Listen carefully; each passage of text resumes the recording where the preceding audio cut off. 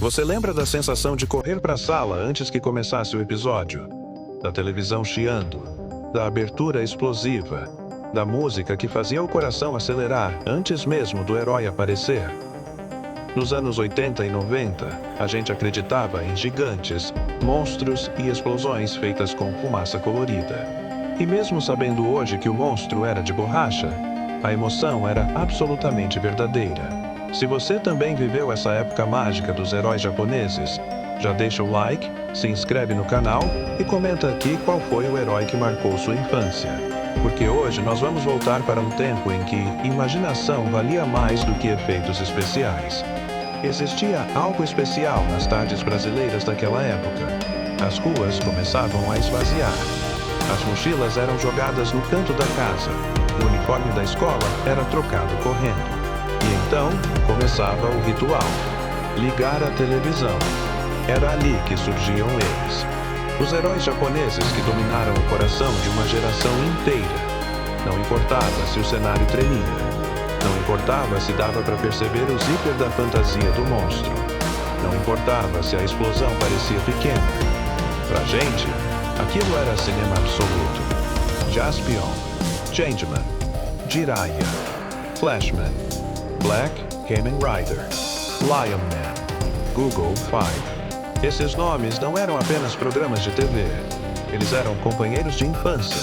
Faziam parte da rotina de milhões de brasileiros que cresceram numa época onde a imaginação preenchia tudo aquilo que o orçamento não conseguia esconder. E talvez seja exatamente por isso que essas séries ficaram eternas. Porque, diferente de hoje, a gente não assistia tentando encontrar defeitos. A gente assistia querendo acreditar. Quando o herói aparecia pela primeira vez na tela, era impossível não sentir arrepios. A transformação parecia algo sagrado. Aquela pose clássica, a fumaça subindo, as luzes piscando, o golpe final. Era pura emoção, e tinha algo ainda mais forte. Os heróis japoneses falavam sobre coragem de um jeito simples. Eles apanhavam, sofriam, caíam no chão. Muitas vezes perdiam antes de vencer, mas levantavam de novo. Para uma geração inteira de crianças brasileiras, aquilo ensinava mais sobre força do que qualquer discurso motivacional moderno. O mais incrível é que quase tudo era artesanal. As cidades destruídas eram miniaturas. Os monstros eram fantasias de borracha. Os robôs eram homens dentro de armaduras gigantes. As explosões eram feitas no braço. E mesmo assim, parecia real. Porque o que realmente vendia aquela fantasia era o coração. Os heróis japoneses tinham alma. Você acreditava que aqueles personagens lutavam pelo bem.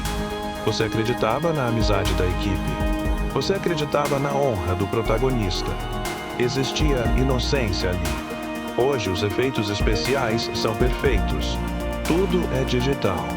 Tudo parece real demais. Mas falta uma coisa que sobrava naquela época: sentimento. Talvez porque os anos 80 e 90 tinham um ritmo diferente. A gente esperava pelo episódio da semana inteira. A abertura virava trilha sonora da infância. Os brinquedos eram tesouros impossíveis. As revistas passavam de mão em mão na escola. E quando alguém perdia um episódio, parecia o fim do mundo. Os heróis japoneses criaram um fenômeno no Brasil que poucos conseguem explicar. Porque eles chegaram sem grandes campanhas, sem internet, sem redes sociais. Eles simplesmente conquistaram o público. E conquistaram porque falavam diretamente com crianças que precisavam sonhar. O Brasil daquela época era diferente. Muitas famílias enfrentavam dificuldades. Nem todo mundo tinha videogame. Nem todo mundo podia viajar. Nem todo mundo tinha acesso a tantas distrações. Mas quando começava um episódio de Jaspion, tudo desaparecia por alguns minutos. A televisão virava um portal. E talvez seja por isso que essas lembranças ainda emocionam tanto adultos hoje em dia. Porque não era apenas sobre os programas. Era sobre quem nós éramos naquele momento da vida. Era sobre sentar no chão da sala. Sobre dividir o sofá com irmãos e primos. Sobre brincar depois fingindo ser o herói favorito. Sobre transformar cabo de vassoura em espada. Sobre acreditar que o bem sempre venceria. Os heróis japoneses marcaram uma geração porque eles chegaram numa época em que a infância ainda tinha tempo. Tempo para imaginar, tempo para brincar, tempo para viver. E mesmo os defeitos viraram parte do charme. Hoje a gente ri vendo os monstros tropeçando, as maquetes explodindo, as lutas exageradas. Mas, no fundo, aquilo deixa tudo ainda mais especial, porque era humano. Nada parecia frio ou calculado. Existia paixão em cada episódio. Existia criatividade tentando superar limitações. E isso fazia toda a diferença. É curioso perceber como essas séries continuam vivas décadas depois. As músicas ainda emocionam. As frases ainda são lembradas. Os personagens ainda aparecem em eventos, coleções e tatuagens.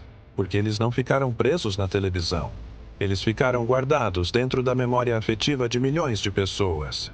E existe algo muito poderoso nisso. Vivemos numa época onde tudo passa rápido. Séries aparecem e desaparecem em semanas. Personagens viram tendência e somem logo depois. Mas os heróis japoneses ficaram.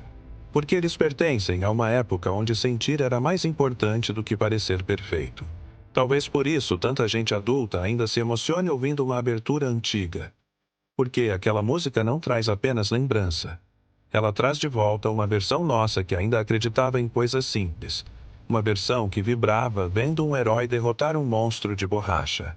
E, sinceramente, não existe nada ridículo nisso. Porque emoção verdadeira não depende de orçamento. Não depende de CGI. Não depende de tecnologia. Depende de conexão. E os heróis japoneses se conectaram profundamente com uma geração inteira de brasileiros. Eles ensinaram amizade, coragem, sacrifício, esperança. Mesmo usando capacetes brilhantes e enfrentando monstros claramente feitos de espuma.